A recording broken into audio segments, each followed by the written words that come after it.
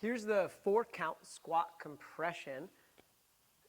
It works like this. You're going to lay down, have your spine completely flat on the floor. So begin with your feet on the floor and see if you can take the curve out of your low back by pushing it down.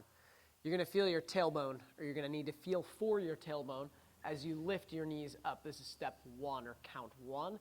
The knees stay together. That will limit your range, but it'll get you to feel what we want, which is your low abs, maybe your adductors a little bit, and your hip flexors, okay? So right now I'm fighting as hard as I can to bring my knees as close to my chest as possible without bringing my tailbone up off of the floor.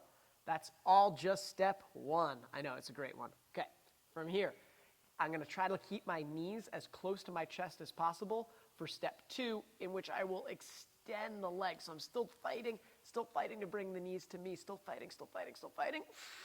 Pushing now the hips down into the floor, the back down into the floor, squeezing my quads, trying to close this angle as much as I can. That's step 2. Step 3, I'm gonna bend again, fighting to regain anything that I lost there. And then step 4, feet come back to the floor under control. And you check back in with your back. Is it still flat on the floor? Can you keep it flat now through the entire drill? So typically we just do these 1 count because they're very tough, but we want you to do it slow at first to feel what you're after, and then you can build to 1, 2, 3, 4. 1, 2, 3, 4.